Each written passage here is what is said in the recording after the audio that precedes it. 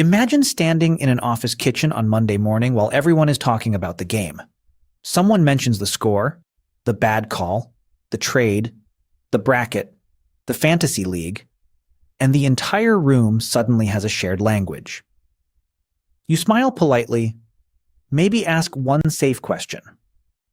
But inside you feel nothing. Not hatred, not superiority. Just blank air where everyone else seems to feel electricity. And then comes the quiet thought, why do I not care? Here is the first reframe. Not caring about sports does not mean you are boring, cold, un-American, antisocial, or secretly judging everyone else. It may simply mean that your mind never built an emotional identity around that world. For many people, sports are not just games. They are memory, family, neighborhood, rivalry, pride, ritual, grief, hope, and belonging folded into one scoreboard. For someone else, the same scoreboard is just numbers moving across a screen. The difference is not intelligence. The difference is meaning. Human attention does not attach to everything equally. It attaches to whatever has carried reward, identity, safety, mastery, or connection in our life. If sports gave someone Saturday afternoons with their dad, a college community, a city identity, or a place to feel intense emotion without explaining it, the game becomes more than the game. It becomes a container. But if sports never carried that kind of meaning for you, the emotional engine may never start. You can understand the rules and still not feel the stakes. You can respect the athletes and still not care who wins. You can sit in the room and still feel like everyone is reacting to a movie you cannot hear. Psychology helps explain this. One basic idea is social identity. People often experience themselves not only as individuals but as members of groups, a family, city, school, fandom, profession, subculture, or team. When the team wins, the person does not only think they won. Some part of them feels we won. That tiny shift from they to we is powerful. It turns strangers in uniforms into a shared emotional event. It turns a logo into belonging. If you do not feel that, we sports can look strangely dramatic from the outside. People yell at screens, wear the same colors, and celebrate a championship as if something personal has been repaired. From inside the identity, this makes sense. From outside it, it can feel like watching a ritual from another culture. That does not make the ritual fake. It just means you are not standing inside it. Another piece is motivation. People are more likely to care about an activity when it satisfies something inside them: autonomy, competence, or relatedness. Autonomy means it feels chosen. Competence means you feel capable of understanding, predicting, or participating.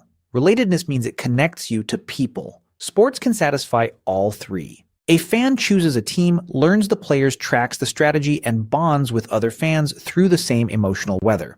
But for a non-fan, sports may satisfy none of those needs. It may not feel chosen because it was pushed on you. It may not feel competent because everyone else seems to know a secret archive of rules, stats, names, histories, and jokes. It may not feel relational because the conversation becomes a test instead of a bridge. When those three needs are missing, just get into it does not work. The mind does not become passionate on command. Some people also learned early that sports were not a playground. They were pressure. Maybe gym class felt humiliating. Maybe family sports talk came with shouting criticism, gender rules, or forced toughness. Maybe you were the kid reading in the corner while everyone else talked about the playoffs. When an activity becomes tied to exclusion, embarrassment, or forced belonging, the nervous system may quietly file it under "not for me." That reaction is not weakness. It is memory doing its job. There is also an arousal difference. A packed stadium, loud bar, game day group chat, or living room full of shouting can energize one person and overstimulate another. Some people love the surge. They enjoy the uncertainty noise, fast emotional switching, and sudden collective roar. Other people feel their body tighten. They are not against joy. They just do not enjoy that particular volume of joy. For introverted or highly sensitive people, intense sports energy can be more tiring than exciting. They may prefer quieter engagement, a deep conversation, a book, music, art, psychology, hiking, cooking, or one honest text at midnight. Their passion exists. It is just tuned to a different frequency. This is why "you do not care about anything" can be so inaccurate. Many people who do not care about sports care intensely about other things. They may track emotional patterns the way fans track player stats. They may feel deep loyalty, but toward people, ideas, causes, stories. Craft solitude or inner growth. Quiet attention is still attention. Private enthusiasm is still enthusiasm. Another reason some people do not care is that they resist borrowed emotion. Sports culture often asks you to feel something because the group is feeling it.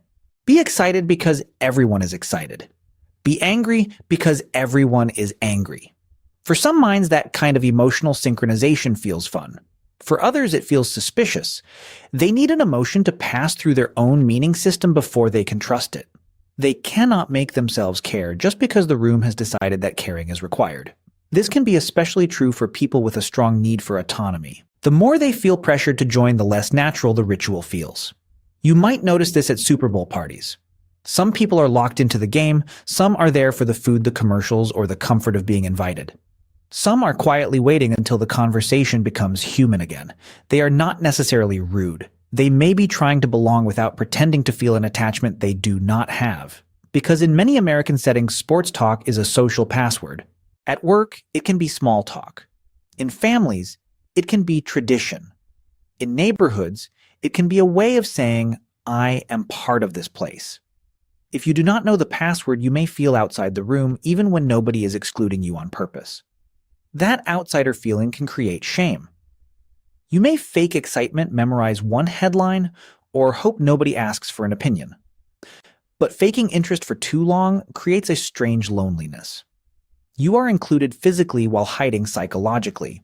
The healthier path is not contempt. It is translation. You do not have to become a sports fan to understand what sports are doing for other people. Often they provide shared emotion, ritual, identity, competition, nostalgia, and a safe container for hope and disappointment. That is real. And other people do not have to understand your entire inner life to respect that your meaning lives somewhere else. That is also real. One gentle solution is to separate the game from the connection. If someone you care about loves sports, you can ask, what do you love about this team? Or, what made that moment such a big deal? You are asking because you are interested in the person. That turns trivia into emotional context. It lets you care about their caring without forcing yourself to care about the scoreboard. At the same time, you are allowed to set honest limits. You can say, I am not really a sports person, but I love hearing why it matters to you. You can go to the party for an hour and leave before your energy disappears. You can enjoy the food, the people, or the ritual without performing a fake identity. You can also decline. Being kind does not require becoming fluent in every world around you. The deeper truth is that care has a budget. Nobody can be emotionally invested in every arena, every sports show, trend, argument, scandal, hobby, and online debate. To have a real inner life, you must disappoint some invitations. You must let some things remain background noise.